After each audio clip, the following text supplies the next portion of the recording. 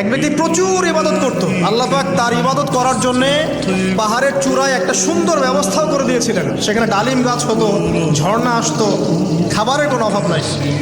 হাদিস এসেছে 500 বছর সে ইবাদত করেছে। কত বছর? কিয়ামতের মাঠে এই ব্যক্তির অবস্থা এমন হবে, তাকে জান্নাতে প্রবেশ করানোর জন্য নিয়ে যেতে বলা হবে যাও আমার রহমতে জান্নাতে চলে যাও। আল্লাহ পাক তাকে এই কথাটা বলবেন, কিন্তু এই ব্যক্তি বলবে আমার আমলের কারণে আল্লাহ পাক বলবেন আমার রহমতে জান্নাতে চলে যাও। ব্যক্তি বলবে আমার আমলের কারণে। আল্লাহ রাব্বুল আলামিন তখন তাকে দেওয়া সমস্ত নেয়ামতগুলোকে এক পাল্লায় করবেন, আর তার সমস্ত আমলকে আরেক পাল্লায় করবেন। একটা চোখের যে নেয়ামত আল্লাহ পাকের, সমস্ত আমল ও 500 বছরের ইবাদত এতটুকু হয়নি।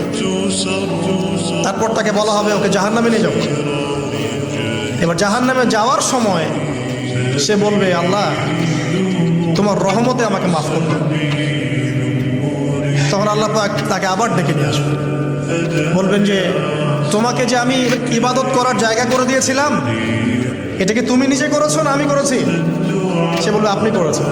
তোমাকে যে আমি সৃষ্টি করেছিলাম তখন কি তুমি কোনো আমল করেছিলে? বলবে না। তাহলে তোমাকে যে সৃষ্টি করেছি আমি, এটা কি তোমার আমলের কারণে? না।